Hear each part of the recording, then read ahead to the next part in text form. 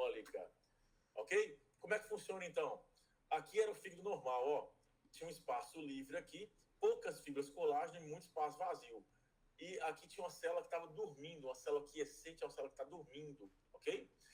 O espaço disso era um espaço com fenestrações, circulação semiaberta. Devido à inflamação e ao estímulo de liberação de colágeno, aqui passou a ser entupido de colágeno e de células de inflamação, células de Kupffer, que são macrófagos ativados. Essa circulação agora passa a ser fechada e o sangue entra e sai do fígado da mesma maneira, ou seja, sem ser detoxificado. Ocorre um colabamento do espaço de Dício, preenchido por colágeno e células inflamatórias. Valeu? Aqui é um fígado normal, aqui é um fígado com fibrose hepática, ou seja, com cirrotização.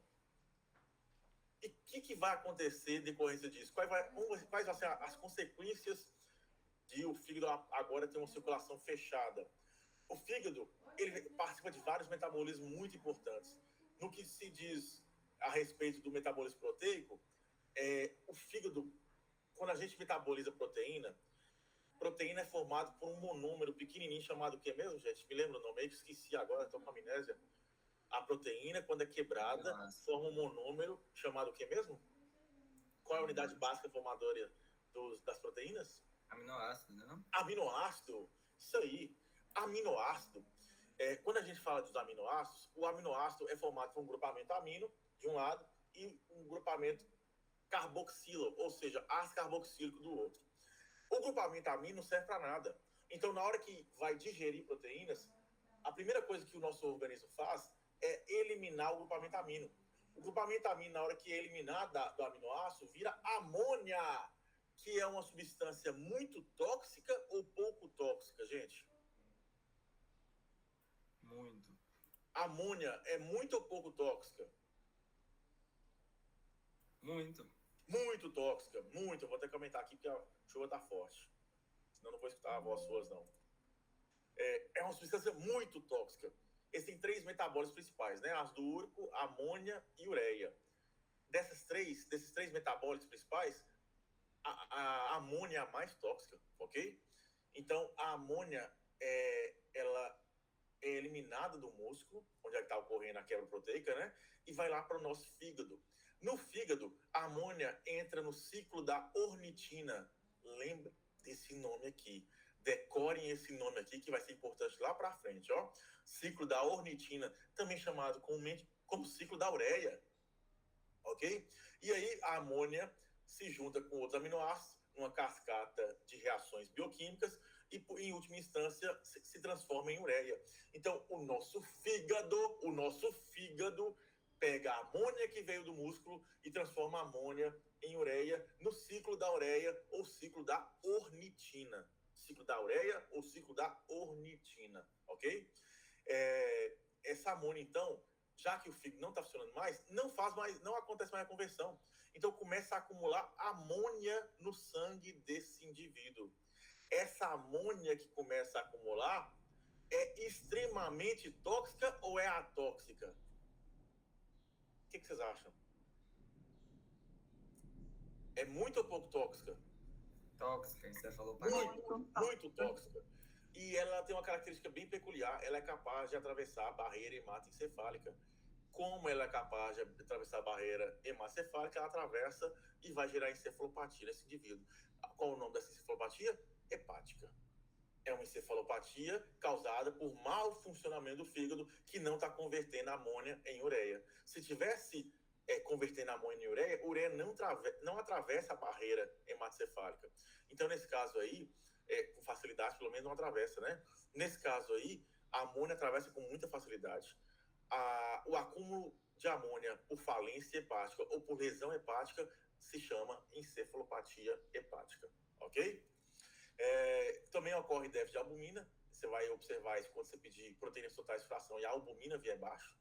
O metabolismo glicídico também fica comprometido, porque acontece uma reação bioquímica lá no fígado, que vocês adoravam lá no primeiro período, que vocês lembram com muita clareza na mente de todos vocês aí, chamado gliconeogênese. Eu tenho certeza que vocês sabem todas as etapas dessa reação. Então, eu sei que vocês amavam essa reação aí. Na prova, foi a prova mais fácil da vida sua, eu garanto isso, eu tenho certeza absoluta. E aí, por não ter gliconeogênese hepática, durante o jejum, o fígado dessa pessoa não consegue manter uma glicemia normal. Esse indivíduo tem uma tendência natural de fazer hipoglicemia, ok? Isso é mais comum em pacientes com lesão hepática aguda, viu, gente? O cirrótico, ele está num novo estado de equilíbrio. Então, ele consegue quebrar as reservas dele, outras reservas lipídicas, e ter reservas proteicas, etc. Por isso que, geralmente, um cirrótico é sarcopênico. Então, a hipoglicemia é principalmente em quem tem doença hepática aguda, viu? Por exemplo, uma insuficiência hepática fulminante, né? No cirrótico em si, não é tão comum hipoglicemia, porque ele tem um metabolismo proteico e um metabolismo lipídico acelerado. Por isso que ele é muito sarcopênico na grande maioria das vezes, ok? Ocorre também diminuição de secreção de bile. Então, o que acontece? O fígado não está funcionando, não consegue converter bilirrubina indireta em bilirrubina direta, então ela não sai na bile. Não sair na bile, essa pessoa tem uma tendência natural a ficar ictérico. Ocorre uma diminuição dos fatores de coagulação, só que isso faz esse indivíduo ter mais chance de sangrar? Por ter pouco fator de coagulação? Sim ou não? Não por causa do equilíbrio, né? Exatamente. Eu falo isso todo dia na enfermaria nossa, né, pessoal? O cirrótico tem um novo estágio de equilíbrio. Falta fator anticoagulante e também falta fator pró-coagulante.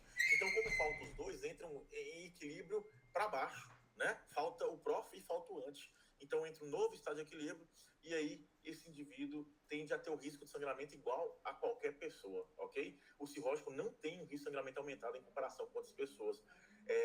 Mas ele tem risco de lesão de varizes, né? Mas se uma pessoa normal tivesse varizes de esôfago, o risco dessa pessoa sangrar seria o mesmo de um cirrótico, porque ele tem um novo estado de equilíbrio. Então, aqueles exames que a gente usa para uma pessoa normal, PTTA, atividade protomina, RNI, não servem tanto para estimar o risco de sangramento do cirrótico, porque ele tem um novo estado de equilíbrio, ok? Se a gente quiser saber se essa pessoa tem um risco aumentado de sangrar, a gente teria que fazer um exame bem específico, chamado tromboelastograma, que é pouquíssimo acessível na nossa realidade. O único lugar em Montes Claros que tem é na Santa Casa, e é só para cirurgias específicas, por exemplo, transplante de fígado, etc. Não é para qualquer cirurgia que usa tromboelastograma, e é só lá que tem. O Dioscodin não tem, HC não tem, HU não tem, Arotorin, que eu saiba, também não tem. Eu só não trabalho no Aroto, né? Mas os outros não tem. Ocorre também uma depuração diminuída de hormônios sexuais. E o que acontece? É interessante que, em algum momento, a testosterona masculina tende a virar estrogênio.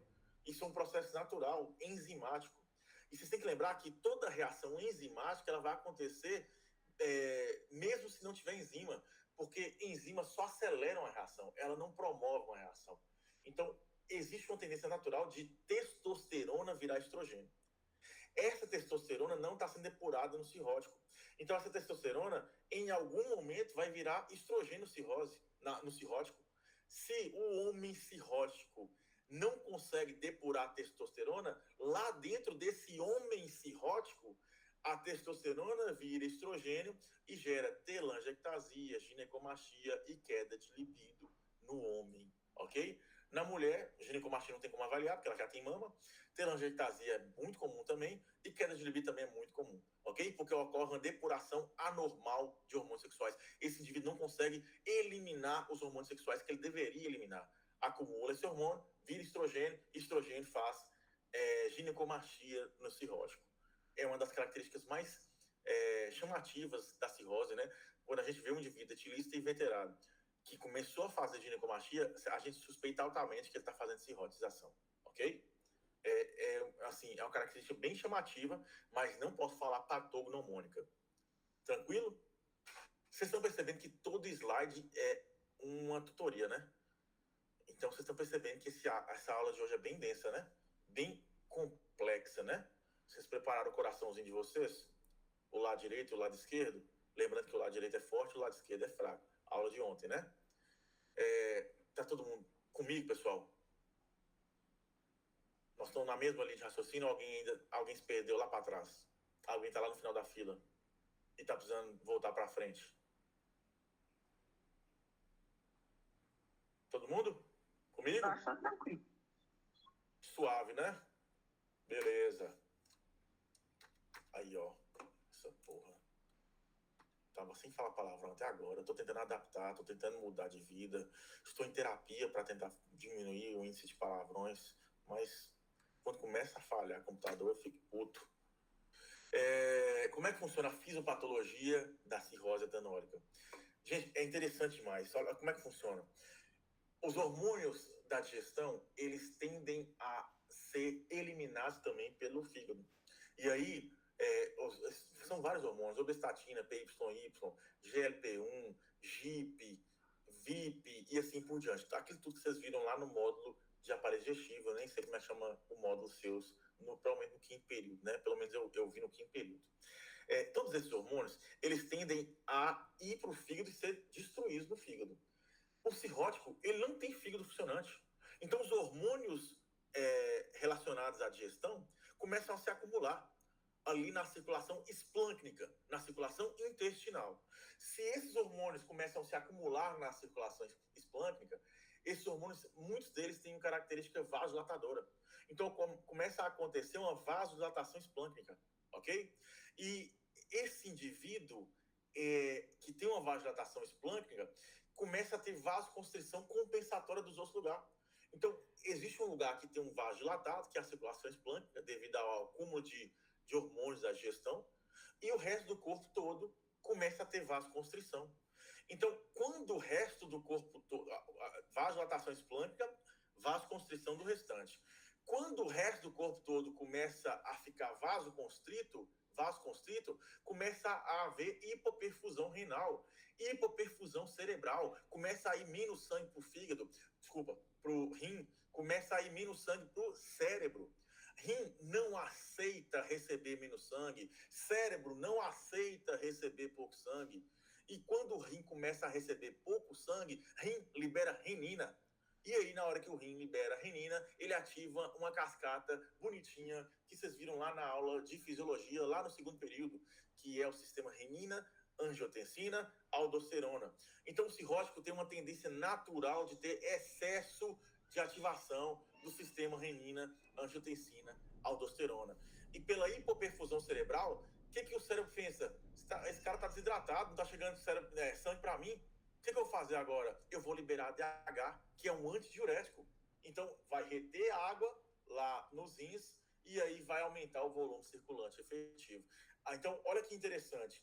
Como começar a haver hipoperfusão de rim e de cérebro, ativa o sistema renina e angiotensina aldosterona, a aldosterona puxa só de água, a ADH puxa água. Então, existe uma tendência natural de esse paciente ficar no estado hipervolêmico, com excesso de água circulante e com excesso de sódio na circulação sanguínea. Isso ocorre por essa ativação de duas vias hormonais muito importantes. Primeira, sistema renina, angiotensina, aldosterona. Segunda, via do ADH. Isso gera retenção de água e de sódio, e isso aqui gera uma tendência a extravasamento de líquidos para o terceiro espaço. Esse extravasamento gera ascite, que é essa explicação de um ascite no paciente cirrótico. Ativação excessiva do eixo sistema renina, angiotensina, aldosterona, ativação excessiva da liberação de ADH, acumula muito sódio e muita água. Esse acúmulo de sódio e de água tende a fazer extravasamento de líquido para o terceiro espaço. Esse líquido vai extravasar principalmente para a região abdominal, porque lá tem um negócio chamado hipertensão portal, que eu vou explicar daqui a pouco. Extravasa a água para lá e isso gera ascite no cirrótico, ok? E essa retenção também e hipoperfusão renal pode, em um caso mais grave, né, em um estado mais crítico, gerar um quadro chamado síndrome hepatorenal, que é o tema do final da aula de hoje. Síndrome hepatorenal, que todo mundo aí já deve ter ouvido falar, né? Beleza, pessoal? Tranquilo, né? É a fisiologia da ascite que eu acabei de explicar. E agora, como é que ocorre a fisiologia da hipertensão portal? A veia porta está com a pressão aumentada, ok? Se a veia porta está com a pressão aumentada, tudo que está para trás da veia porta vai começar a ficar com a pressão alta também. Então, a resistência vascular aumentada no leito portal, porque como é que funcionava a circulação hepática antes? A circulação aberta. Se a circulação era aberta, o sangue entrava no fígado, se distribuía, derramava lá dentro, né? Se distribuía pelas células e aí a resistência era baixa, ok? Agora, não existe mais circulação aberta, é circulação fechada. Então, a resistência hepática está aumentada. Antes derramava, diminuía a pressão. Agora não derrama mais, passa reto. Então, a pressão lá dentro do fígado está maior. Isso gera uma resistência aumentada na via porta.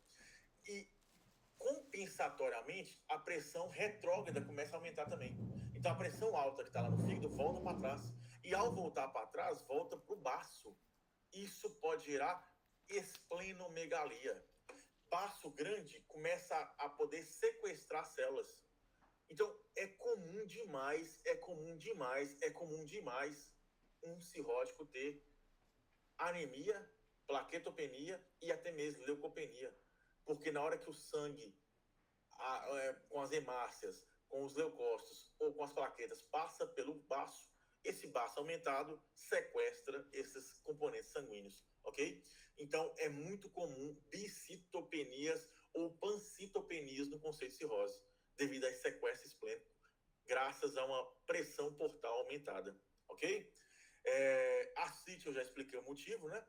A pressão está alta, começa a haver sobrecarga pressórica na região ali da veia porta, o líquido começa a extravasar, ao extravasar, gera ascite nesse indivíduo.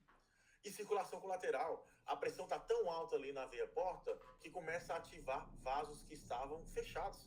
E aí, na hora que ativa esses vasos fechados, começa a haver varizes de esôfago, varizes gástricas, varizes anretais, varizes, circulação colateral aqui, que a gente chama de cabeça de medusa, né? E essa cabeça de medusa dessa imagem aqui, pessoal, provavelmente é uma característica neoplásica, viu? Essa pressão está muito alta, eu nunca vi desse grau de hipertensão portal aqui na minha vida. Eu, pelo menos, nunca vi. Eu só vejo a hipertensão portal causa uma cabeça de medusa normal. Desse grau aqui, eu nunca cheguei a ver, ok? Tranquilo, pessoal? Tudo suave até aqui também? Vocês estão vendo que eu estou parando mais que o normal, porque hoje realmente o tema é muito denso. E se eu não parar aqui, vocês vão se perder lá na frente. Posso continuar, né? Pode. Beleza. Toda pessoa com hipertensão portal tem um risco aumentado também de câncer hepatocelular, ok? Então, toda pessoa com cirrose que eu diagnosticar hipertensão portal, você tem que fazer de 6 em 6 meses dosagem de alfa-fetoproteína e ultrassom abdominal a cada 6 meses, ok? A cada 6 meses. A gente tem pacientes lá na enfermaria do HC que estão com alta suspensão neoplásica e fala assim, doutor, é estranho porque pai parou de beber há 20 anos, só que ele estava já com grau de cirrose.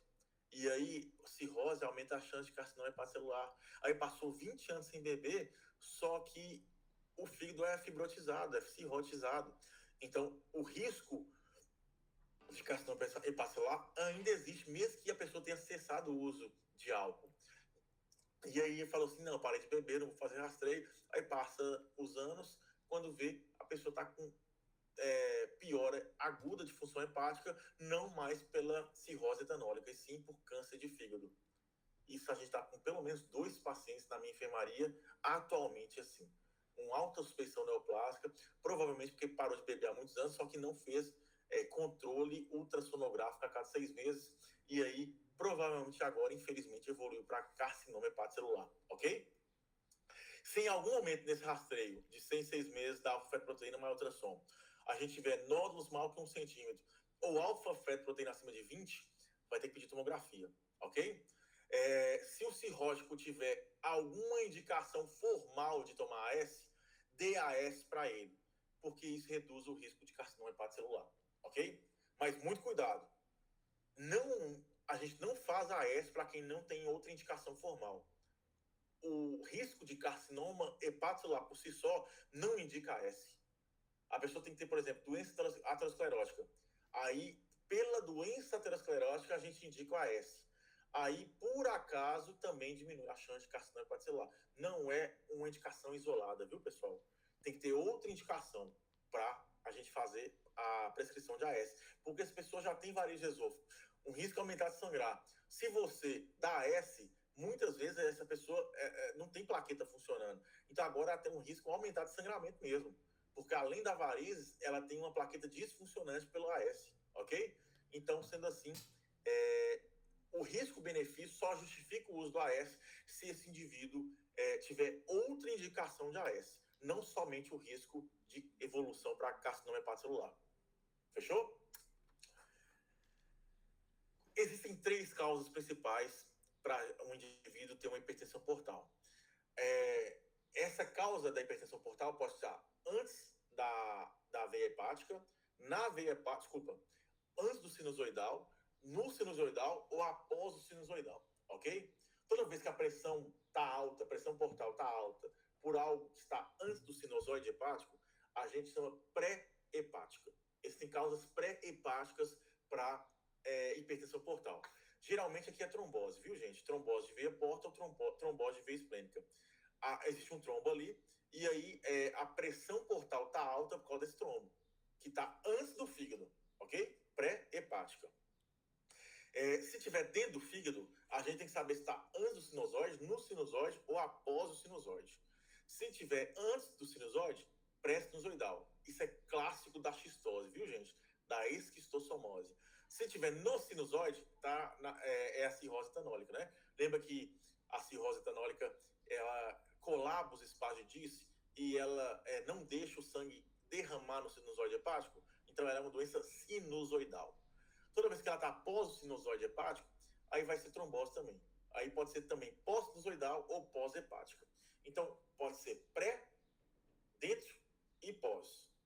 Toda vez na vida que eu falar pré, a palavra pré, existe uma tendência natural desses indivíduos que têm lesão pré-hepática ou pré-sinusoidal de fazer varizes. Então, a chance maior é de varizes esofágicas. Toda vez na vida que eu falar a palavra pós, tem uma lesão pós-sinusoidal, tem uma lesão pós-hepática, existe uma tendência de fazer mais ascite. Então, lesões que geram hipertensão portal podem ser pré-hepáticas ou pré-sinusoidais, sinusoidais ou pós-sinusoidais ou pós-hepáticas. Quando eu falar que é pré, prevalece varizes. Quando eu falar que é pós, prevalece ascite. Então, se eu perguntar para vocês, esquistossomose é pré-sinusoidal, eu espero encontrar primeiro variz ou ascite? Varizes, que está pré. Toda vez que tiver pré, prevalece varizes, ok? Agora, uma síndrome de Budd-Chiari, uma trombose de veia hepática, é pós-hepática. Aqui eu espero encontrar mais nesse indivíduo. Variz de esôfago ou ascite? Ascite. Toda vez que tiver a palavra pós, prevalece ascite em relação a varizes. Ué, Luiz, mas a cirrose é sinusoidal, então não dá para prever. Pode ser variz ou pode ser ascite. Quando eu falar pré, é varizes. Quando eu falar pós, é ascite. E quando for sinusoidal, o grande protótipo é a cirrose etanólica. E aí não dá para prever se vai ser primeiro varizes de esôfago ou se vai ser ascite que vai se desenvolver nesse indivíduo. Valeu?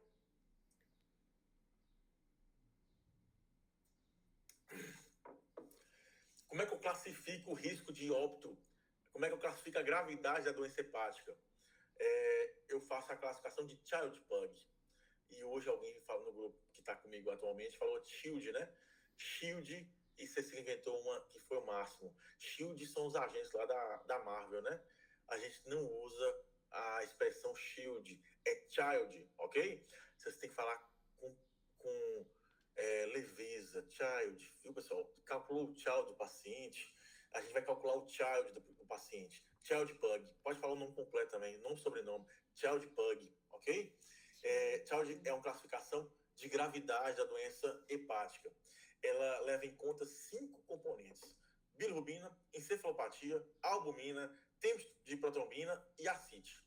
E ela pontua conforme o grau, ok? Isso aqui vocês têm que ir pontuando. Se der entre 5 ou 6 pontos, que é a pontuação mínima, tchau de A. Esse indivíduo ainda não precisa de entrar para a fila de transplante, ok? Se der entre 7 e 9 pontos, esse indivíduo é child B. Esse indivíduo já está na hora de começar a pensar na fila de transplante hepático. Se der entre 10 e 15 pontos, é child C, é obrigatório mandar para a fila de transplante. Então, child C sempre é cirurgia, C de cirurgia. B é bom pensar em cirurgia, A ainda não tem indicação de cirurgia. Acabei de inventar esse macete. Nesse momento, ao vivo aqui para vocês, ao vivo.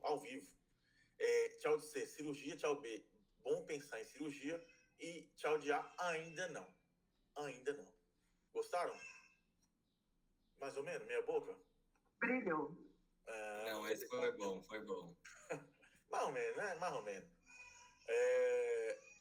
Classifiquei o child. O bom que a gente não esquece nunca, né, Luiz? Hã? Como é que é? Aí a gente não esquece nunca. Vocês vão lembrar de mim, eu tenho certeza. Quando vocês estiverem lá na frente, ó, ensinando para os acadêmicos lá no futuro, ó, lá tinha um professor bom, ele ensinava os macetes maroto, uns macetes nada a ver, mas que a gente decorava. E o importante na vida é decorar, né? Porque ficar olhando lá os trenzinhos não chama muita atenção. O que chama atenção é ficar decorando as coisas. Ó, saber de cabeça, ó. O child tal, é child C, child B.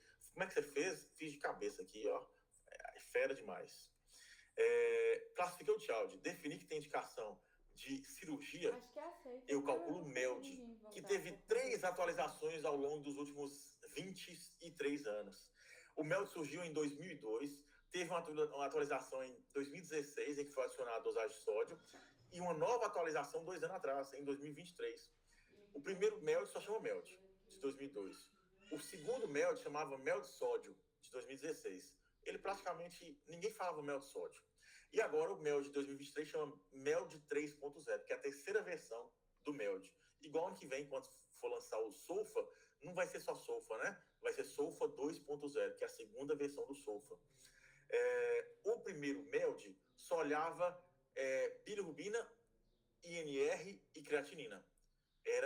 Tinha até um macete famoso lá do médico curso, eu fiz médico curso 10 anos atrás, que era da caneta BIC, né? BIC, bilirrubina, INR e creatinina, ok? Em 2016 veio o MELD sódio, que adicionou sódio na escala, e agora, ano retrasado, é o MELD 3.0, que além de ter mantido a dosagem de sódio, adicionou sexo feminino e dosagem de albumina. Então agora, em vez de 3 elementos, são 6 elementos.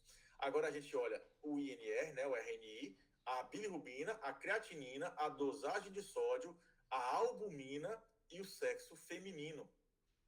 Por que sexo feminino é importante aqui no MELD 3.0? Porque quem tem mais massa muscular geralmente, homem ou mulher? Vamos Homem. Homem, óbvio, né? Se o homem tem mais massa muscular, ele tem mais creatina, ok? Que é a creatinina, né? Que é a proteína do músculo da gente. E a mulher, por ter menos, muitas vezes era subdiagnosticada, porque existia uma quantidade menor de creatinina na mulher.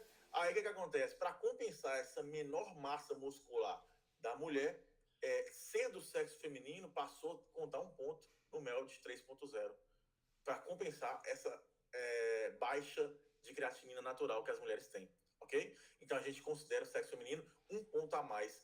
Olha que interessante, o Chades-Vask de antigamente virou Chades-Va e saiu o sexo feminino, né? Não tem mais o sexo feminino Chades-Va. E o MELD 3.0 agora adicionou o sexo feminino. No Chades-Va realmente não via sentido nenhum de contar um ponto a mais para quem era mulher. Aqui tem todo sentido, porque aqui realmente o homem tem muito mais massa muscular. Então é subdiagnosticado o caso de MELD em sexo feminino pela falta de massa muscular. Era subdiagnosticado. Agora, com esse fator de correção aí, que é ter dado um ponto a mais para o sexo feminino, agora equilibrou as coisas para dar o mesmo índice de diagnóstico para homens e para mulheres, ok? Eu vou e calculo o MELD 3.0, se der acima de 15 ou tiver alguma complicação, eu já indico transplante hepático. Que complicação? Síndrome hepatorenal, PBE, encefalopatia, já é indicativo de transplante hepático, ok? Então, deu mal que 15 filas de transplante lá desta casa. Se der mal que 30, provavelmente esse cara não vai conseguir ser transplantado. Provavelmente ele vai morrer nos próximos 3 meses. Ele ele vai morrer nos próximos 90 dias, ok? Então, calculem o MELD depois de calcular o child pug.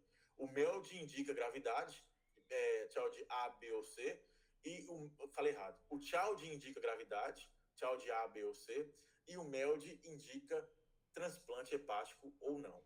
Geralmente acima de 15 ou complicações podem mandar para a fila de transplante. Valeu? Pensei em transplante? Calculo MELD.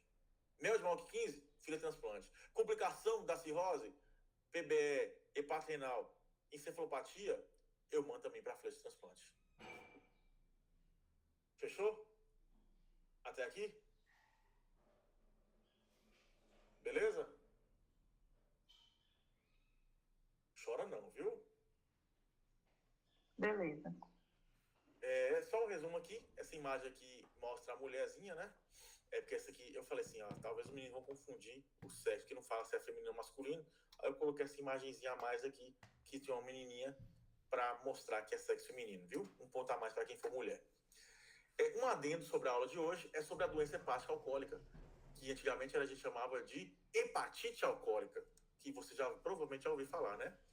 A doença hepática alcoólica é comum após libação alcoólica, e os livros de medicina consideram a libação 30 gramas de álcool, duas latas de cerveja. Véi, se 2 latas de cerveja é libação alcoólica, o que vocês fazem nas festas suas não tem nome na língua portuguesa. Não tem definição na língua portuguesa ainda.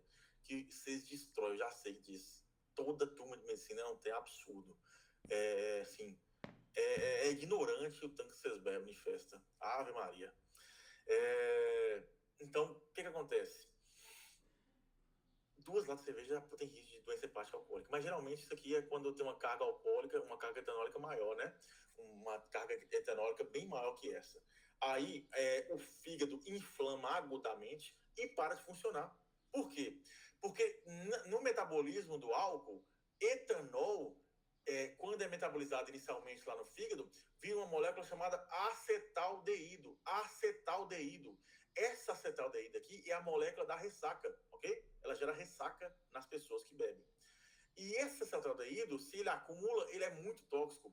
E ao ser tóxico, ele pode gerar uma falência hepática aguda, que a gente chama de hepatite alcoólica, que gera uma icterícia aguda nesse indivíduo.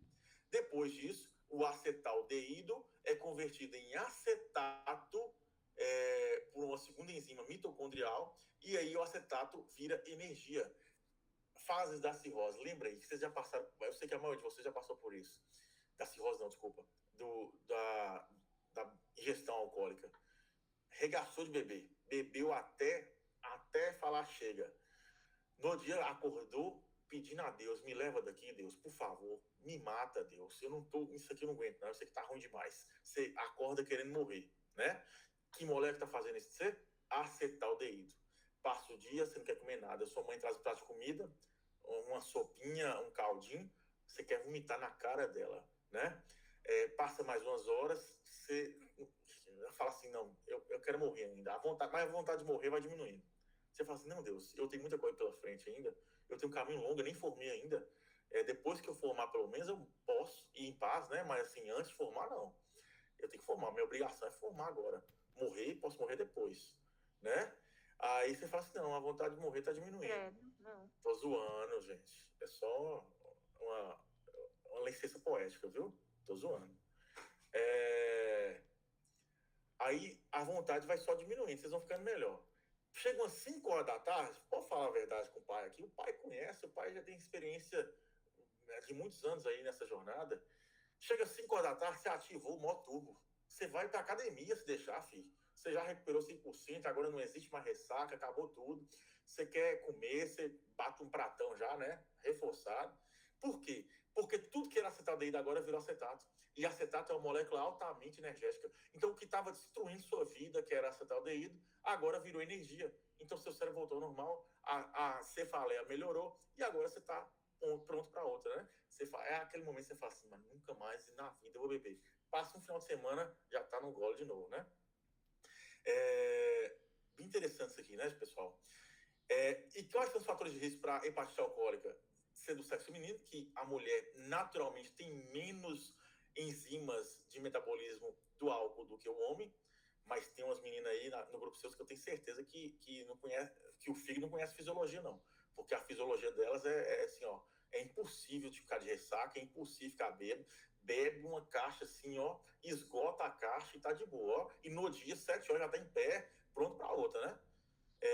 Então, o sexo feminino tem uma tendência natural de ter uma facilidade maior para a hepatite alcoólica. Orientais, o Xing Ling lá da China, lá do Japão, etc., tem menos enzimas que metabolizam álcool. E olha que dado curioso, olha que dado interessante.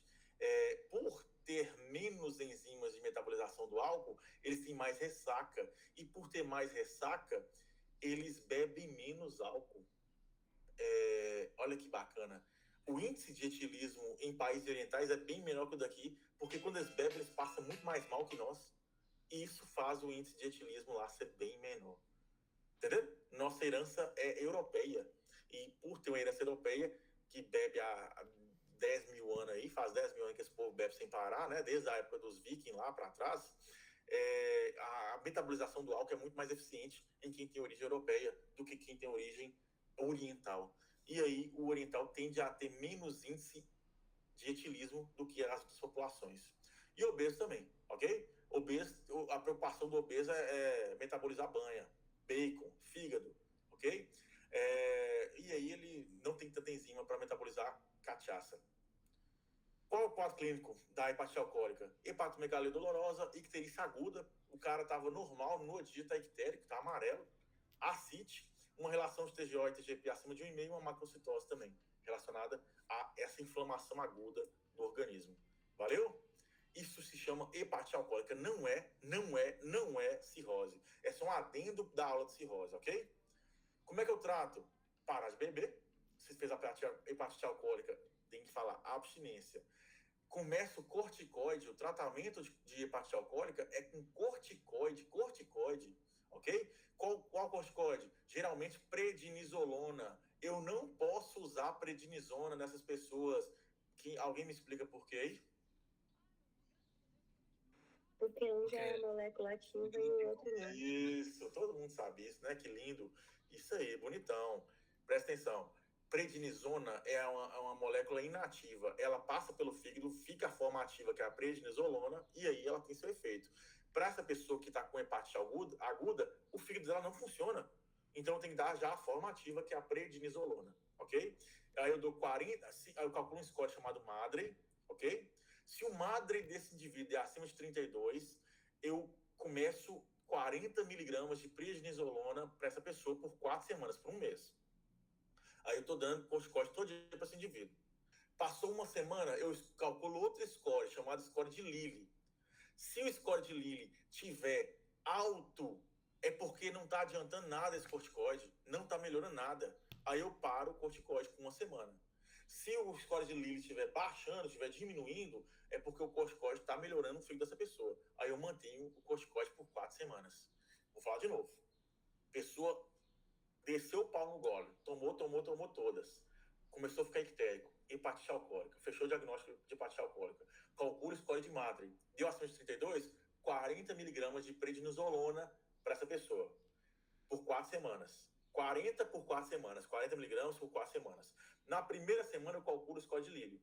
Se o score de Lilly continuar alto, está alto é maior que 0,45, eu não dou corticoide mais. Porque eu consigo concluir que corticoide não está fazendo diferença nenhuma na vida dessa pessoa. Eu só continuo o corticoide se o score de Lilly estiver baixo, porque significa que o corticoide está melhorando o fígado dessa pessoa. O fígado não estava inflamado, então o tratamento aqui é corticoide, ok?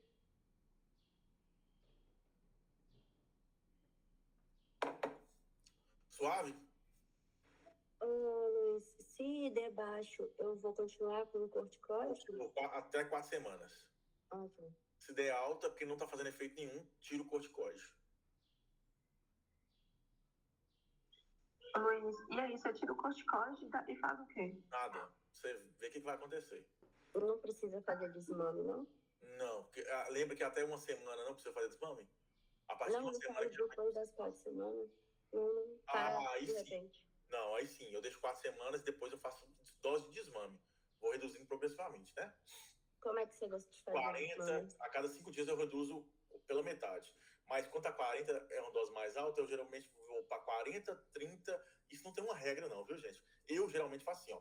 Tá 40, passou 4 semanas, vai começar o desmame.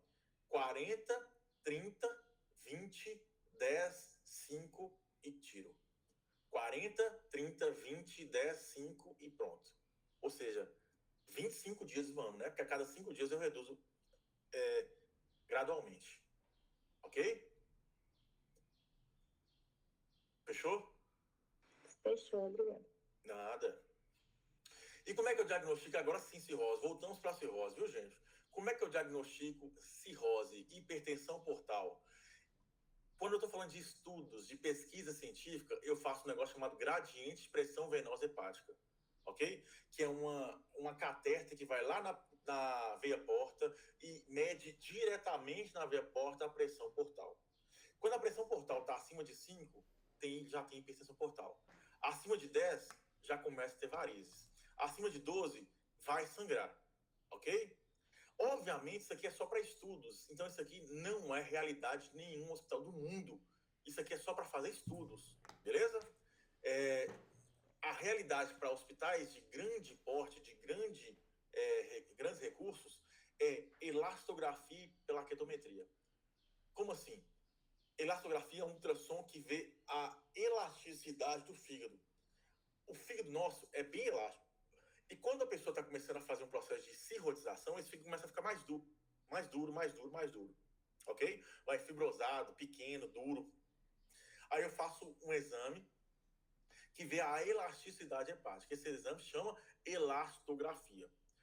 Quando está bem elástico, não está tão duro, tem menos de 10 kPa de dureza, é porque provavelmente não tem cirrose.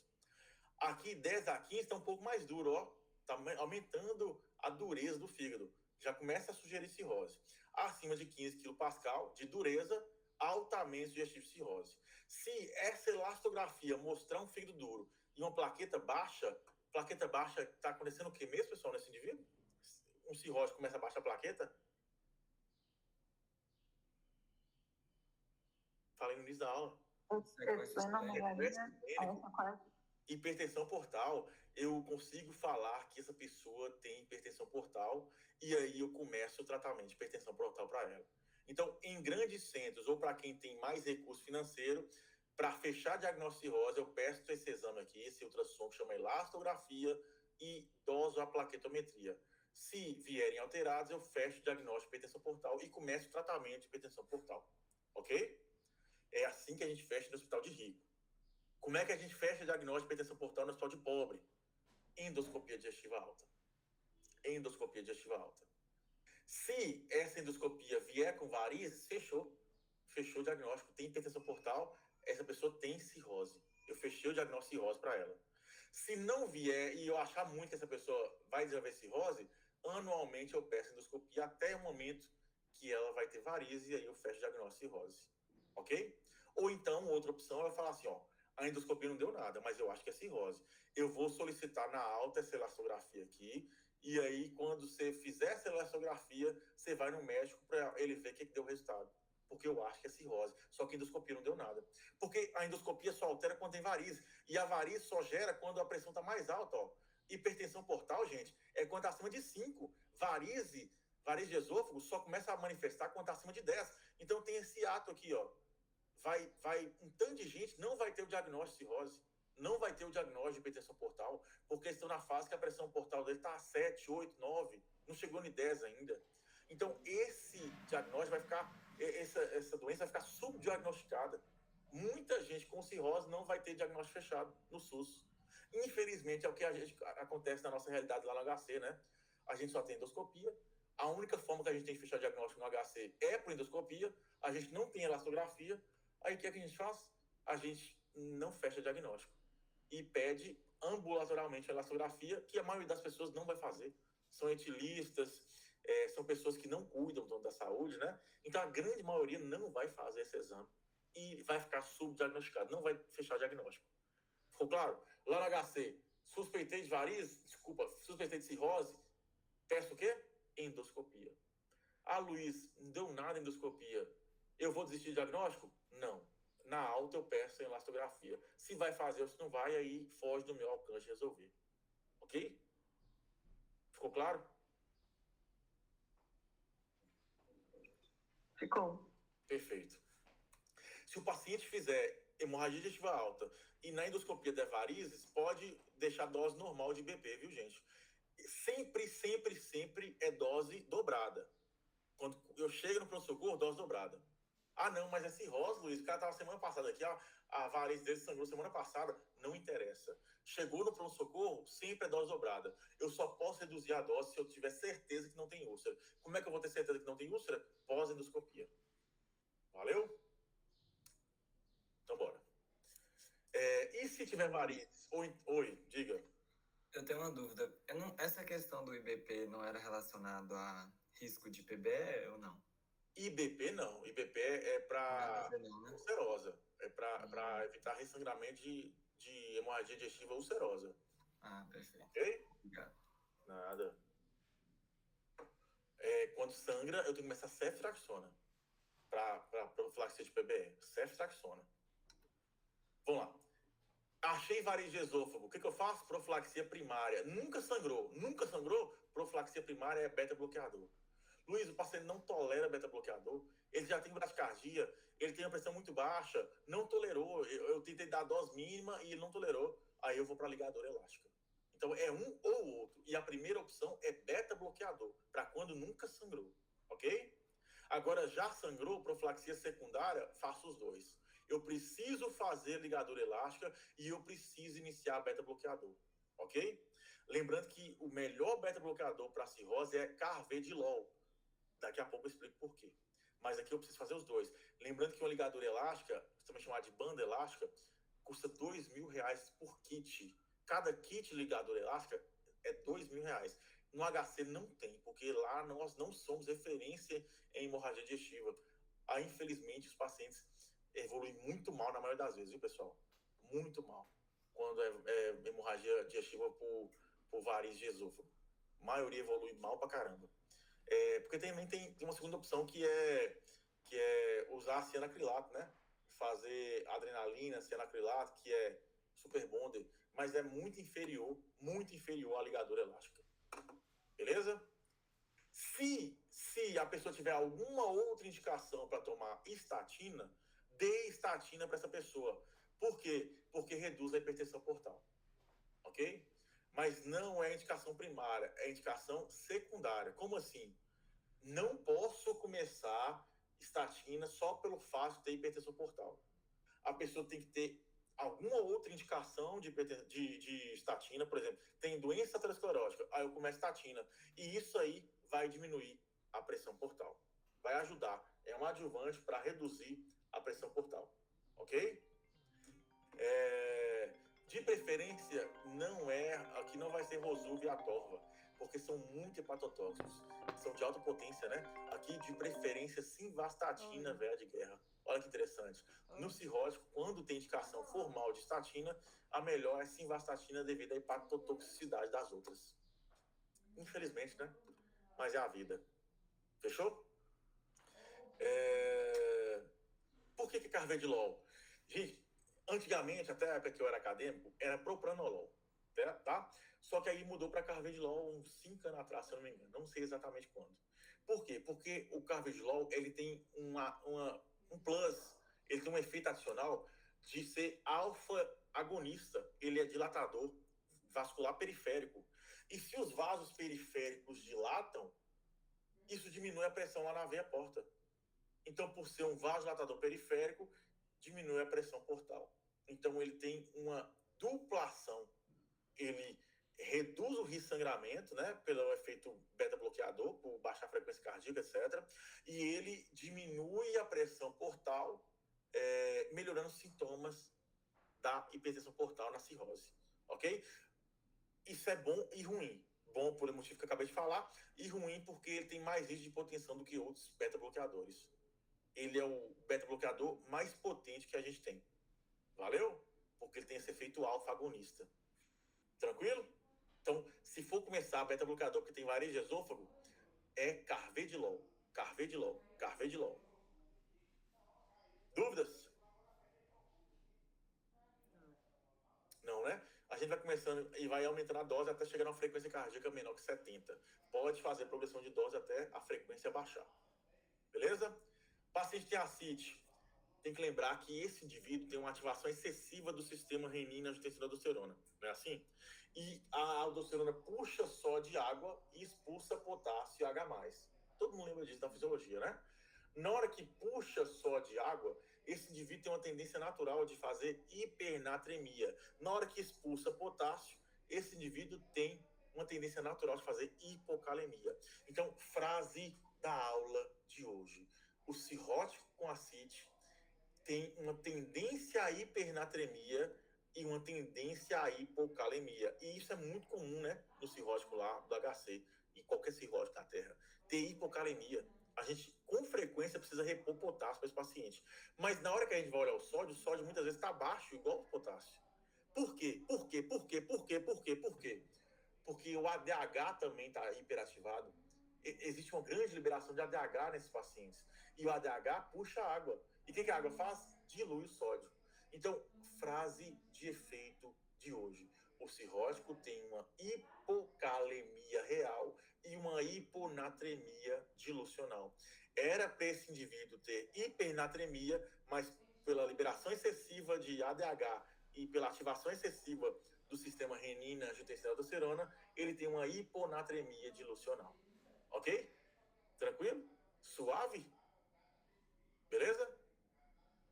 Tranquilo, né? A ascite é a principal causa de internação. Vocês sabem disso, né? Vocês veem isso todo dia na enfermaria nossa. Então, quando o paciente cirrótico chega com ascite, muitas vezes, se ele tivesse conforto respiratório, se ele estivesse se alimentando mal, a gente vai ter que fazer uma paracentese de alívio, né? Se ele não tiver diagnóstico prévio, a gente também vai ter que fazer uma paracentese diagnóstica e calcular o GASA desse paciente. O que é GASA? Gradiente albumina no soro menos albumina na ascite. Gradiente albumina soro ascite. Gradiente albumina soro ascite. GASA. Gradiente albumina soro menos ascite. Se o GASA desse paciente vier maior que 1,1, é porque eu tenho muita proteína no soro e pouca proteína na ascite. Isso significa que provavelmente é uma coisa benigna. Pouca proteína na ascite é coisa benigna. Por exemplo, cirrose, IC, que mais que é benigno? Cirrose e IC principalmente, né? São os carros-chefe. Agora, se eu tiver um gradiente albumina soracite menor que 1,1, é porque tem muita proteína na ascite, pessoal. E muita proteína na ascite pode ser coisa ruim, pode ser câncer, pode ser tuberculose, pode ser muita coisa ruim para esse paciente. A gente chama isso de exudato, e quando for coisa mais benigna, a gente chama isso de transsudato. Ué, Luiz, igual lá no derrame pleural? Sim, igualzinho no derrame pleural. Transsudato é benigno, exudato geralmente tem característica de malignidade. Valeu? Então, geralmente, calcula o gradiente albumina soracite, pega a albumina do soro e subtrai da albumina da ascite. Se deu maior que 1,1, coisa benigna, transsudato. Se deu menor que 1,1, geralmente coisa maligna, exudato. Valeu? E como é que funciona esse slide aqui, ó? GASA maior que 1,1, transsudato. Aí eu tenho que pedir a proteína acítica. Se a proteína acítica estiver baixo, quem tem proteína baixa? Cirrótico, o fígado não funciona. Então a proteína é baixa, ok? Agora a proteína alta, cardiogênico. Provavelmente isso aqui é um IC. Gente, quem tem C, muitas vezes não tem problema no fígado. Então a proteína dele é boa. Ele tem uma massa muscular boa. Então ele vai ter muita proteína no líquido acítico. Então, como é que eu diferencio o GASA maior que 1,1 de um IC para uma cirrose? Proteína acítica. Menor que 2,5, é isso mesmo. Cirrose, maior que 2,5, cardiogênico. Agora, tem uma pegadinha. GASA menor que 1,1, exudato, que geralmente indica coisa ruim. Tem uma exceção. A síndrome nefrótica é uma causa de edema abdominal, ou seja, ascite, com GASA menor que 1,1, só que aqui a proteína vai estar menor que 2,5. Lembra que lá na aula de pediatria, provavelmente vocês viram sobre síndrome nefrótica, né? Ou não sei se foi com o Divino. Algum momento da vida vocês daram sobre síndrome nefrótica. Uma grande característica de quem tem síndrome nefrótica é perder muita proteína na urina. A proteinúria está aumentada. Se a proteinúria está aumentada, tem pouca proteína no líquido acítico. Então, é um gás menor que 1,1, que sugeria exudato, só que na hora que eu pedi a proteína acítica, estava menor que 2,5. Aí eu tenho uma suspeição aumentada para síndrome nefrótica. Valeu? Fechou? Continuemos. Coletei líquido acítico. Sempre eu preciso de 30 ml. Sempre 30 ml. 30 ml. Aí eu preciso solicitar no líquido acítico glicose, amilase, bilirrubina, colesterol, ADA, que é a alanina de aminase, que é para diagnosticar tuberculose peritoneal. LDH, bacterioscopia de gram, saber se é gram positivo, gram negativo. Barriga geralmente é gram positivo ou negativo, gente? Barriga geralmente é gram positivo ou negativo? Gram negativo. E qual que é o bicho mais comum na barriga da gente? Não. E. coli? Não lembro. Coliformes fecais. E. coli, gram negativo. Isso aí. Coliformes. Coliformes vem de E. coli. Talvez você nunca tinha pensado nisso, né? Coliformes E. coli. Ok? Cultura para bactéria, para fungo. Pesquisa de micobactéria, que é bem ruim. Proteína, citologia e citologia oncótica para células neoplásticas. Ok? Tudo isso aqui vocês podem printar, ó. Tudo isso eu tenho que pedir quando eu coletar líquido acítico. Tudo isso. Como é que eu trato a ascite no cirrótico? Restrição salina. É muito importante que o cirrótico tenha dieta hiponatrêmica. Dieta com restrição de sódio. E vocês ficam prescrevendo dieta com restrição de sódio só para quem tem C, né? Bande esperto. Não é. Para IC não é tão importante. É porque esse indivíduo geralmente toma IECA, toma BRAC e expulsa o sódio. Toma tiazídico, né? Agora, o cirrótico, ele tem uma tendência natural de ativar muito o sistema renina-angiotensina-aldosterona. Então, é muito fácil o cirrótico ter sobrecarga de sódio. Então, primeira paciente que realmente precisa de uma dieta hiponatrêmica é o cirrótico. É muito importante essa prescrição. Todo cirrótico deveria ter lá dieta para hepatopata hiponatrêmica. Isso deveria ser protocolo em todos os hospitais, ok? Quando fala hepatopata, é pouca proteína. Nem sempre precisa de pouca proteína, viu, gente? Esse paciente, geralmente, ele já tem uma baixa proteica importante. Então, pode ser normoproteica. O mais importante é ser hiponatrêmica. Se o sódio estiver menor que 125, também restrição de sódio. Mas, em geral, não, restrição de água, foi mal. Se o sódio estiver menor que 125, também fazer restrição de água. Mas, em geral, se tiver maior que 125, não precisa fazer restrição de água, só de sódio, ok? Qual é o primeiro remédio, o melhor remédio da vida para tratar a ascite? Espirulactona. Por quê? Porque bloqueia o quê? A aldosterona. E na hora que bloqueia a aldosterona, bloqueia o eixo completo. Então, o tratamento real da ascite é com espironolactona, ok? Espironolactona. Iniciar sempre com 100 miligramas. 100 miligramas. Dose inicial, 100 miligramas. Não é 25 miligramas igual no IC. É 100 miligramas. É 4 vezes mais. Muito mais. A dose é muito mais alta do que no tratamento de IC. Se não responder a espirulactona sozinho, começa furosemida. Mas a primeira medicação é espironolactona. Eu vejo demais o povo começar com furosemida e quando não dá certo, passa para espirulactona também. Errado. Eu começo com espirulactona, se não der certo, eu adiciono furosemida. Tentem lembrar isso aí o resto da vida. O remédio da ascite no cirrótico é espirulactona. Quando não está dando conta sozinho, eu adiciono furosemida, ok? Dose. Furosemida eu começo com 40, espirulactona eu começo com 100. E posso até quadruplicar isso. Então, pode ficar na relação 40-100 no início, mas eu posso chegar até na relação 160-400. Então, qual que é a dose máxima de espironolactona no cirrótico? 400 miligramas. Qual que é a dose máxima de furosemida no cirrótico? 160 miligramas. Qual que é a dose mínima? 100 miligramas de espironolactona e 40 miligramas de furosemida. Valeu? Qual é outro aí? Luiz, eu posso dividir em mais de uma tomada ou fazer Pode. Por exemplo, espirulactona, 100 mg 12 em 12. Furosemida, 20 miligramas de 12 em 12, que dá 40 também, né? Então, e Beleza? a ingesta hídrica reduzida na base de Só quanto? se o sol estiver abaixo de 125. Se o sol Mas tem estiver algum valor 100 ml, alguma coisa assim, ou não? geralmente, quando faz restrição hídrica, é até 500 ml por dia. 500? 500 ml por dia, em 24 horas. Tá?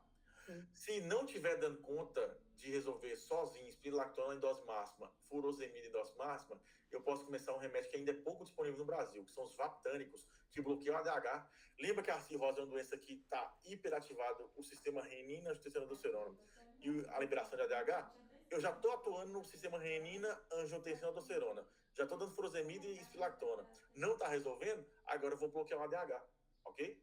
E aí, como é que eu bloqueio o ADH? Um inibidor de ADH, os vaptânicos, Conivaptan ou Tolvaptan. Desses dois, o Tolvaptan é melhor que o Conivaptan, porque ele é mais seletivo para o rim, ok? Ele é mais seletivo para o rim. Macete maroto que eu inventei e que eu não costumo falar com vocês, porque eu acho que isso aqui é muito aprofundado para vocês aprenderem. Ele é mais seletivo para o rim. Nós temos 2 rins, Tolvaptan. Tolvaptan, eu mudei ele de nome. Eu chamo ele agora de Tolvaptan, porque ele atua nos 2 rins. Sem graça, né? Mas me ajudou, viu? Mudou minha vida. Eu nunca mais esqueci que o Tolvaptan é seletivo para os rins quando eu lembrei do Tolvaptan. Fechou? Conivaptan não é seletivo, dá mais hipotensão postural. Decoraram? Beleza? Se eu tirar mais de 5 litros de ascite, eu vou ter que repor albumina. Que tanto? Gente, vocês estão percebendo que aqui está diferente da aula de ontem e das outras aulas? Nas outras aulas todas eu não falei de dose. Aqui, infelizmente, as doses são cobradas na prova de residência, nas provas de título, de tudo. Então aqui eu preciso falar de dose, viu? Aqui é uma exceção, essa aula é exceção. Se eu tirar mais de 5 litros, eu vou ter que repor albumina. Que tanto? 6 a 8 gramas para cada litro retirado. No total, viu, gente? Por exemplo, fiz a paracentese nesse seu João. Tirei 7 litros. Que tanto de albumina que eu faço?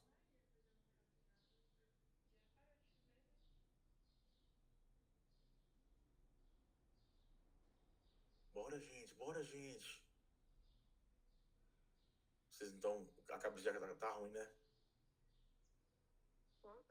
Por exemplo, se eu 42 pegasse e 56 gramas. 56, Entre 42 e 56 gramas. Perfeito, perfeito. Perfeito, é isso mesmo. 6 vezes 7, 42. 8 vezes 6, 8 vezes... Eu falei 7 litros, né? 8 vezes 7, 56. 6 vezes 7, 42. 8 vezes 7, 56. Então, eu vou fazer entre 42 gramas e 56 gramas, ok?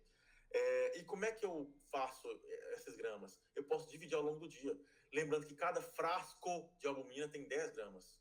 Então, se eu for fazer 42 gramas, quantos frascos eu vou fazer, gente?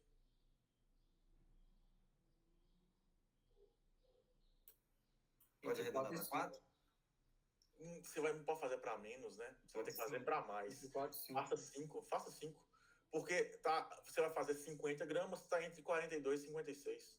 Uma dica de prática, viu? Uma dica prática. Faça 5 frascos.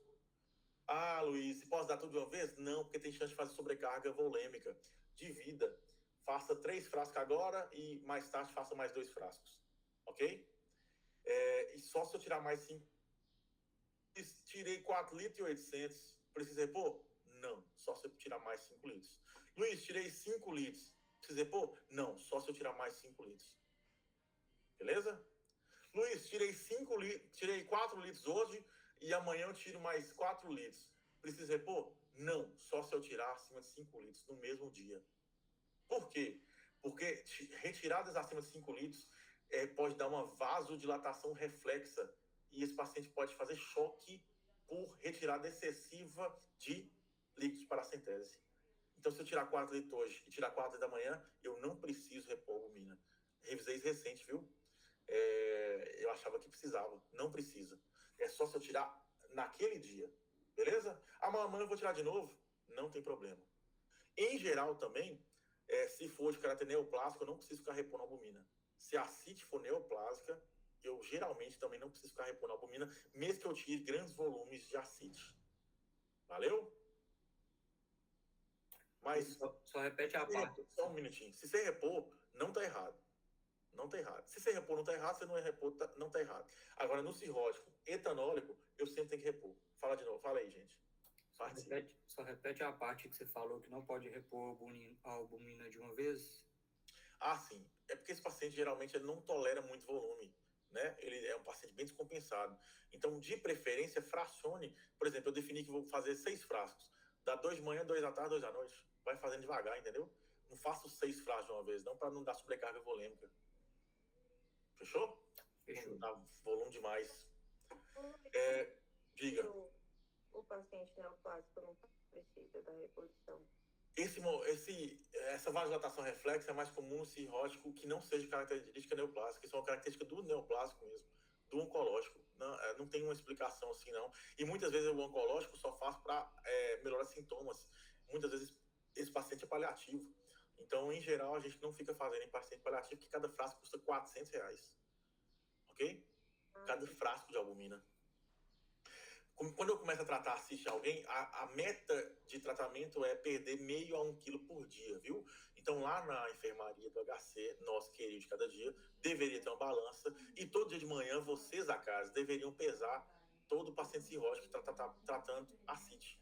E ele deveria perder de meio a 1 quilo todos os dias. Se não tiver nessa meta, significa que não está suficiente. Eu vou ter que aumentar a dose das medicações. Não está respondendo? Eu faço uma cirurgia chamada TIPS, que eu pego o fluxo, que é um shunt porto-sistêmica transjugular. O que é isso? Eu pego a circulação porta e coloco um catéter lá que vai direto para a pós-hepática. Eu faço um shunt, faço um atalho, faço uma ponte. Aí o sangue que estava indo só para o fígado, agora uma parte vai para o fígado, outra parte vai para o shunt. Então diminui a pressão portal e alivia um pouco os sintomas. Isso aqui é uma cirurgia paliativa de altíssima complexidade. Ela é uma ponte para o transplante. Aqui em Montes Claros não faz TIPS em nenhum local. Aqui faz transplante lá na Santa Casa. Ok? TIPS é uma cirurgia muito, muito, muito, muito complexa. E que tem uma durabilidade curtíssima. Tipo assim, 2 meses. Ela dura 2 meses. Se não fizer nada depois, vai morrer. Então, onde tem TIPS, tem transplante. Ok? Onde tem TIPS, tem transplante. Mas nem todo lugar que tem transplante faz TIPS. Porque é só uma cirurgia de ponte. Você coloca o shunt, alivia sintomas para a pessoa melhorar clinicamente e aguentar a cirurgia de transplante. Ficou claro? O paciente está gravíssimo, tal, muito ruim, não aguenta a cirurgia, está muito fraco. Então vamos fazer um TIPS, porque aí a gente prepara, ele vai dar uma recuperada, melhora a sarcopenia que ele está, melhora o estado geral, e aí ele aguenta fazer a cirurgia talvez daqui 1 mês, 1 mês e meio, 2 meses, por exemplo.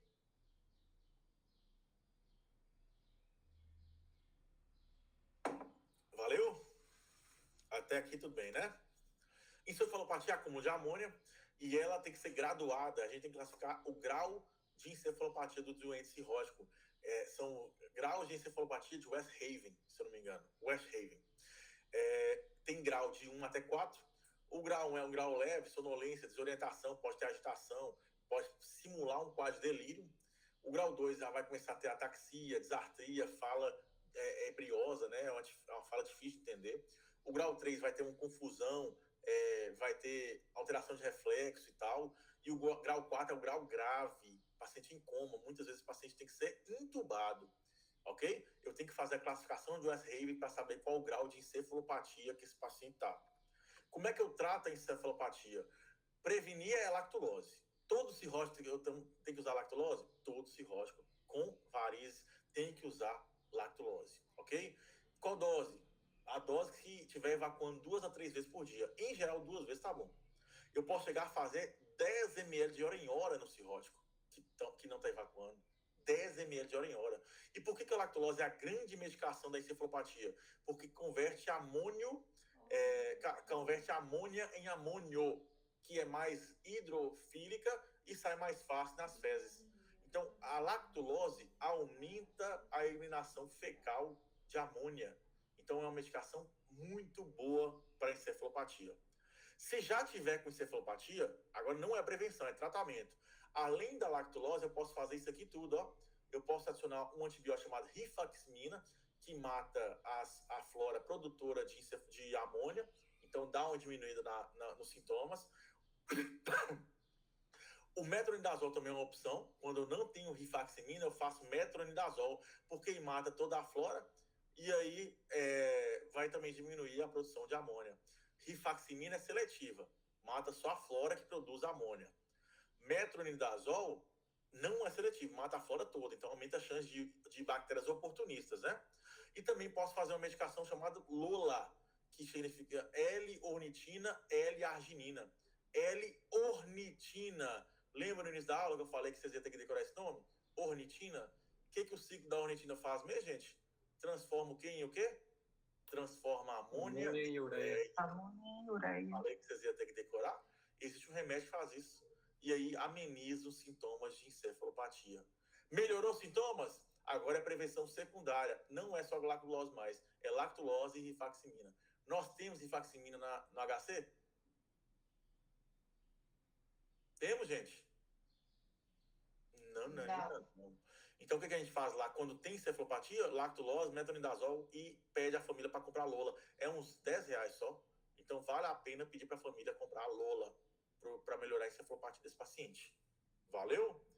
Na Santa Casa tem. Lá a gente faz rifaximina para quem é convênio, geralmente. Eu não vejo com tanta frequência fazer para quem é SUS, só para quem é convênio. Não sei se é caro.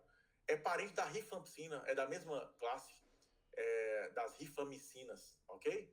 É parente da rifocina, aquele sprayzinho que a gente... A rifocina é a rifampicina, né? A rifaximina é parente da rifampicina, que trata tuberculose, né? Então, é um antibiótico mais seletivo, viu, pessoal? Valeu? Luiz, qual a dose do metronidazol para encefalopatia? Uma ampola de 8 em 8. Uma ampola de 8 em 8. Beleza? Pode ser venoso? Pode ser venoso. Fechou? Sim. PBE, peritonite bacteriana espontânea. Gente, PBE é quando o sistema digestório do paciente cirrótico tá com muito paradão, tá com ilho paralítico, tá paradão, e aí as bactérias que estão lá no sistema digestório começam a translocar e chegam no líquido acítico. E aí, na hora que chega no líquido acítico, tem comida à vontade. Então, vamos pensar, se as bactérias têm que translocar para o líquido acítico, vocês acham que são muitas espécies de bactéria que chegam nesse líquido acítico ou poucas espécies de bactéria? Chega lá. O que vocês acham? Pode falar o que você acha. Poucas. Geralmente aqui é mais E. coli, viu, pessoal? Por isso que o carro-chefe na profilaxia de PBE é ceftriaxona, que mata E. coli de boa. Mata demais, mata tranquilo. Então, geralmente, quando eu tenho peritonite bacteriana espontânea ou quero fazer a profilaxia de peritonite bacteriana espontânea, eu só preciso de ceftriaxona, porque geralmente é causada por E. coli, coliformes, nada mais que isso, ok? Aí, sangrou sangue lá no sistema digestivo, é meio de cultura, as bactérias vão ficar lá. Eu também tenho que fazer ceftriaxona. Então, quais são as duas situações que eu faço ceftriaxona? Cirrótico que sangrou com ascite. Ou quando eu pego o líquido acítico e mando para o laboratório e dá mais de 250 polimorfos nucleares. Aí eu também tenho que começar a ceftriaxona. São as duas grandes indicações de ceftriaxona, viu, Max? São as duas grandes indicações de ceftriaxona no cirrótico. Quando o cirrótico com ascite sangra, ou quando eu faço coleta de líquido acítico e encontro, e o paciente está com febre do abdominal e está com mais de 250 polimorfos nucleares no líquido acítico. Aí eu fechei o diagnóstico de PBE, caso a cultura venha positiva. Então, ó, paciente chega no pronto-socorro, ascite, barriga de grávida, do abdominal e febre, fala, isso pode ser PBE, tá com cara de PBE. Coleta o líquido acítico. Veio mais 250 polimorfo nuclear, ceftriaxona. Cultura positiva, fechou o PBE. Já fechou o diagnóstico, não precisa de mais nada. Agora, se vier mais 250 e cultura negativa, eu não chamo de PBE, eu chamo de ascite neutrocítica. E o que eu faço aqui? Também é ceftriaxona. Ué, Luiz, mas com cultura negativa? Mantenho. Provavelmente tem bactéria lá. Bem provável que tem bactéria lá. Então, continua o tratamento de ceftriaxona. Agora, veio menos de 250, mas cultura positiva, olha que loucura. Não começa antibiótico. Não começo. A minha grande referência para falar que é PBE são os polimorfos nucleares. Aqui em menos de 250, pode ser só contaminação. Então, eu não começo, em geral, não começo antibiótico. Não começo ceftriaxona, quando está menor que 250. Mesmo com a cultura positiva. Eu repito a cultura com 48 horas, e aí só se vier positivo de novo, aí sim eu começo antibiótico. Ok? Agora, o que é PBS, peritonite bacteriana secundária? É quando perfurou o intestino. Aqui não é clínica médica mais, aqui é cirurgia geral. Cirurgia geral. Tá com líquido acítico. E aí veio mais 250 polimorfo. Só que agora a proteína está alta, a glicose está baixa, glicose baixa, porque a bactéria está consumindo a glicose. E LDH alto, cultura polimicrobiana, não é monomicrobiana mais, agora é polimicrobiana. Aqui eu chamo de peritonite bacteriana secundária. É secundária a quê? Secundária geralmente a perfuração intestinal. Então provavelmente aqui não é translocação, aqui é perfuração. As bactérias não ficaram andando até chegar no líquido acítico. Ou perfuração, e aí aquele líquido está contaminado pelas bactérias da perfuração. E agora é polimicrobiana, porque várias bactérias diferentes chegam no líquido de uma vez. Aqui vai ser polimicrobiana, ok? PBE e acite neutrocítico eu trato igual, ceftriaxona. Ceftriaxona 2 gramas uma vez por dia por 5 dias. Se for um caso muito leve ou não precisa de hospital, pode ser cipro, pode ser... Não, ciprofloxacino ou norfloxacino, viu, gente? Não é ofloxacino, não. Ofloxacino eu acho que nem tem no Brasil mais. Se a creatinina estiver aumentada, eu faço profilaxia de hepato renal. Como é que eu faço profilaxia de hepato renal no PBE? 1,5 gramas de albumina no primeiro dia e 1 grama de albumina no terceiro dia, ok? Máximo 100 gramas por dia. Não posso fazer mais de 100 gramas por dia. Cada frasco de albumina tem quantas gramas? 10 gramas. Então, no máximo, quantos frascos de albumina por dia? 10 frascos. 10 vezes 10 é 100. Eu não posso fazer mais de 10 frascos de albumina num dia para o mesmo paciente. Ok? Bacteracite, cultura negativa com menos de 250 polimorfo. Após 48 horas, funciona de novo. E aí, positivo, a cultura de novo, aí eu começo o tratamento. Ok? Bacteracite, nova função em 48 horas, menos 250 não faço nada, menos 250 cultura positiva ou mais 250 com cultura positiva negativa, começa antibiótico. PBS é clínica médica ou cirurgia geral? PBS, clínica médica ou cirurgia geral, gente? Geral. Cirurgia geral. Geral. O que ocorreu aqui? Perfuração, tomografia, e agora não é E. coli mais, pode ser qualquer bicho, inclusive anaeróbicos. Então é ceftriaxona e metronidazol. E peça a avaliação da cirurgia geral. Ceftriaxona cobre E. coli, metronidazol cobre anaeróbicos. Valeu? Agora, para finalizar, a última coisa que a gente tem que falar, eu acho que é a última coisa, é a famigerada, famosa síndrome hepato-renal. Vou lembrar. Eu preciso que vocês recapturem tudo que eu falei na aula, que foi muita coisa. Lembra que eu falei que essa aula é muito densa? E eu não menti, né? Vocês perceberam que eu não menti, né? Que eu falei a verdade, né? Muito densa essa aula.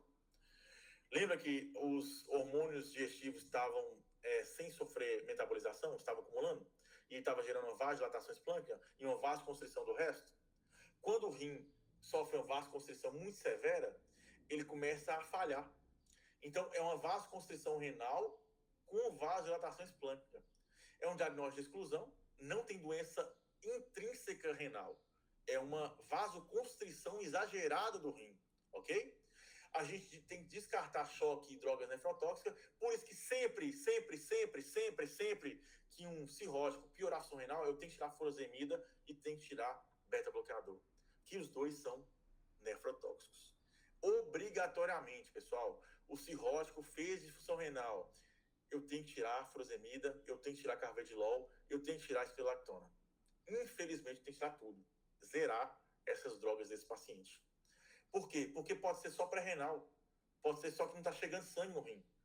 E aí, o que eu faço? Eu vou ter que fazer um teste para saber se era uma pré-renal ou se era uma síndrome hepato-renal.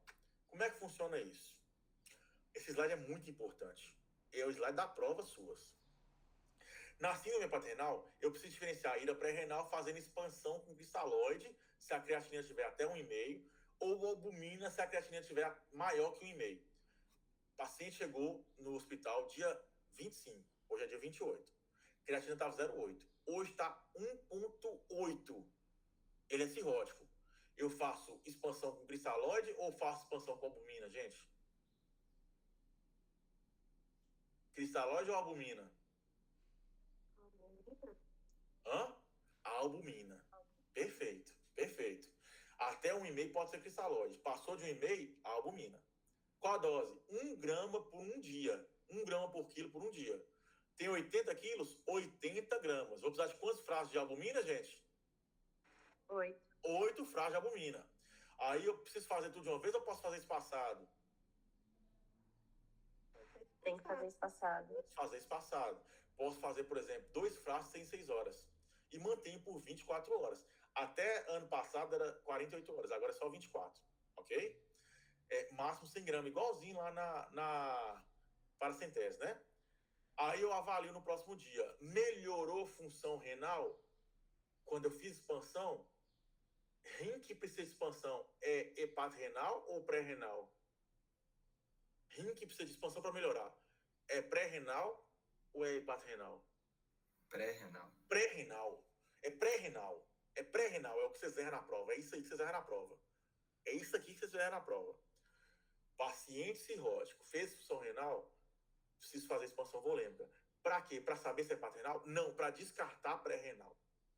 Eu fiz expansão volêmica, melhorou, era pré-renal. Eu fiz expansão volêmica, não melhorou, agora sim, fechei diagnóstico de hepato-renal. Ok? Então, Eu não entendi, não. Hã? Eu não entendi a explicação, não. Repete, por favor. Já tá cheio, já tá no final da aula. É a parte mais difícil da aula. E tem que ser no final, porque vocês têm que saber tudo cirrose para entender hepato renal. É tipo isso. Vocês não conseguem entender no início da aula isso aqui que eu vou explicar agora. Porque vocês têm que ter uma base inteira de cirrose para no final da aula depois saber tudo, aí vocês entenderem hepato renal. Vamos lá. Paciente cirrótico. Tava com um rim normal. Tava funcionando beleza. Evoluiu com insuficiência renal. Eu falei agora, tá fazendo insuficiência renal. É uma insuficiência renal pré-renal, tá chegando pouco sangue no rim, ou é hepato renal? É uma vasoconstrição renal? Não sei. Para eu responder essa pergunta, eu preciso fazer expansão volêmica para esse paciente. Se eu fizer a expansão volêmica e o rim melhorar, é porque era pré-renal. Não estava chegando sangue no rim. Fiz expansão, chegou sangue, melhorou. Era pré-renal, não era hepato renal. Agora, vamos pensar. Fiz a expansão, não melhorou, é porque não era falta de sangue, era vasoconstrição. O vaso está constrito e mesmo que aumentar a volemia, não vai continuar sem chegar sangue nesse rim. Então, quando não melhora, que é hepato renal. Agora, fez sentido? Perfeito. Sim. Show, né? Bom demais que vocês entendem isso. Que isso, gente, eu vou falar a verdade. Nem médico sabe explicar isso para vocês. Eu garanto vocês que eles não entendem isso direito. A maioria dos médicos, não vou falar todo mundo não, né? Óbvio que não. É patologia, pegar Alexandre Viana lá, ele vai me dar uma aula, ele vai me chamar de mongolóide aqui. Né? Mas eu não tô falando dele. Eu tô falando a maioria dos médicos. Eu falo assim, eu vou falar a verdade pra vocês.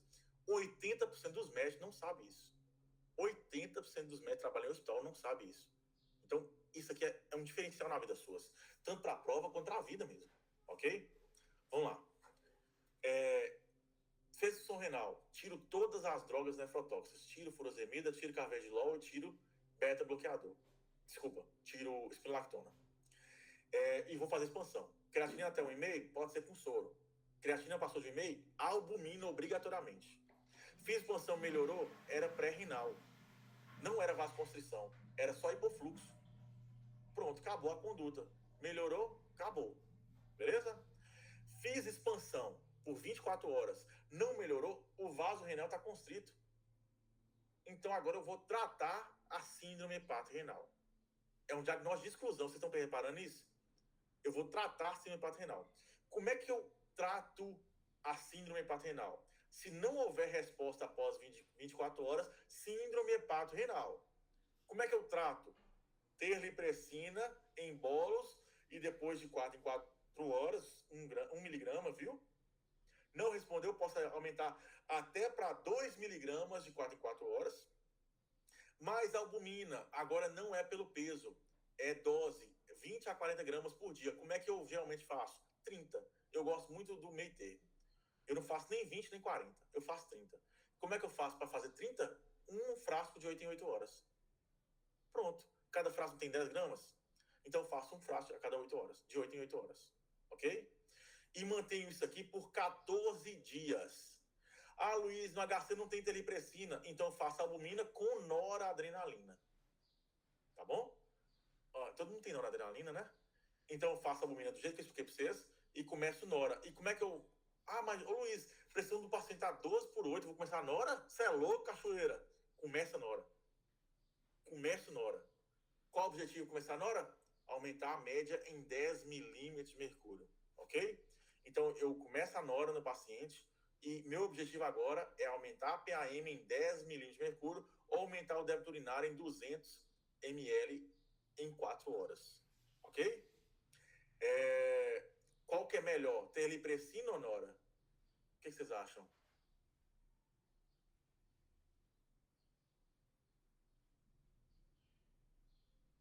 Gente, é uma pergunta óbvia que eu tô fazendo. Qual que é melhor, teripressina ou noradrenalina? Teripressina. O melhor que a gente tem. Nós temos teripressina? Ah, nora então. Tô zoando, mas o teripressina é melhor, viu? Tô zoando, Max. Teripressina tem até 25% de reversão de função renal em 14 dias. Enquanto a nora é próximo de 5 a 10% só. Então a teripressina é muito superior, mas nós não temos. Na Santa Casa tem. Então a gente faz noradrenalina. Beleza? Em 14 dias, isso aí a gente mantém por 14 dias. Não melhorou a função renal. O paciente evolui com piora progressiva, teve que dialisar. Se evolui com necessidade de diálise, tiro tudo. Não deu nada. Para que eu vou manter? Agora, tá capengando. Ah, não piora nem melhora, tá ruim ainda. Ah, fiz albumina esse tanto de dia, fiz nora esse tanto de dia, não melhorou nada a função renal. Ou então tá igual, tá mantendo. Mantém só até 14 dias. Depois de 14 dias, você desiste do rim desse paciente. Você fala assim, agora já era. Ou ele vai evoluir para morte, ou ele vai evoluir para diálise. Beleza? Você vai ter que desistir do rim desse paciente. Porque você está gastando R$ 1.200 por dia de albumina ao longo de 14 dias. Quanto que foi? 1.200 vezes 14? 1.200 vezes 10? 12 mil, né? Mais 2.400? R$ 14.400. Você gastou ao longo de 14 dias. Eu fiz a conta certa? Não, né? Eu fiz 12. Era 14. Fiz a conta errada. Vai dar uns 18 mil reais. 16 mil reais. Faz aí, gente. Minha cabeça já não é a mesma, mas tô velho. 1.200 vezes 14, 16.800. 16.800 reais só de albumina. Olha o valor que tá ficando esse paciente pro hospital. Entendeu? Então aí já não faz mais sentido manter a albumina. Aí você vai ter que desistir, infelizmente, do rim desse paciente e provavelmente ele vai evoluir para a morte ou ele vai evoluir para diálise. Ficou claro? Muita coisa, né?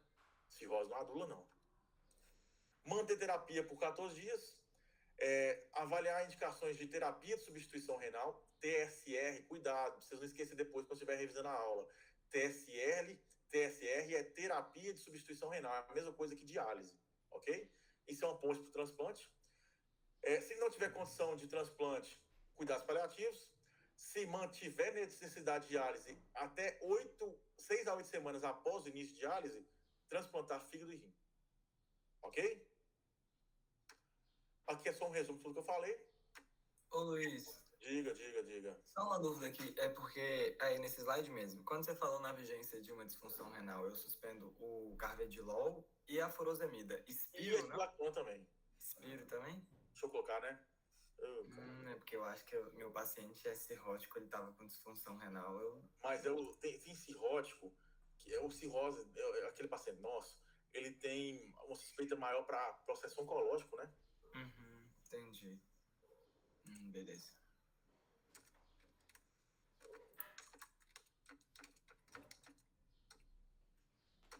Ué, por que não tá escrevendo mais? Slide.